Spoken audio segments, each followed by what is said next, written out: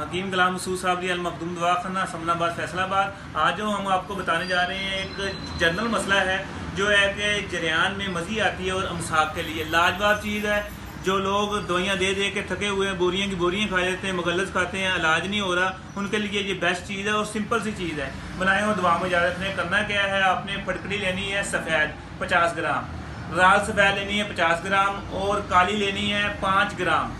करना क्या है, कढ़ाई में फटकड़ी को डाल लेना है, आपने उसको पानी होने देना है। जब पानी हो जाए तो काली को थोड़ा थोड़ा तोड़ के बीच में कढ़ाई में डालना शुरू कर देना है। जब पक के वो खुश्क हो जाए उसको निकाल लेना है। निकालने के बाद उसमें 5 तोले लाल सफ़ेद डाल देनी है। 5 तोले लाल सफ़ेद डाल के उसका सफूफ कर लेना है और शीशी में महफूज कर लेना है। वो आपका ज़बरदस्त सफूफ तैयार है।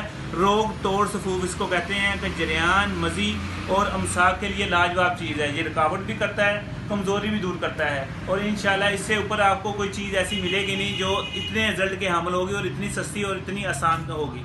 बनाएं दुआ में इजाज़त ने। आपको पता है हमारा ये अदारा है, इसमें एज़ोस्पर्मिया, बेऔलादी के और तमाम मामलात में पुस्ताजात, मुमसिक गोलियाँ, पलंग तोड़ कैप्सूल, हर चीज़ हमारी माशाल्लाह अवेलेबल है।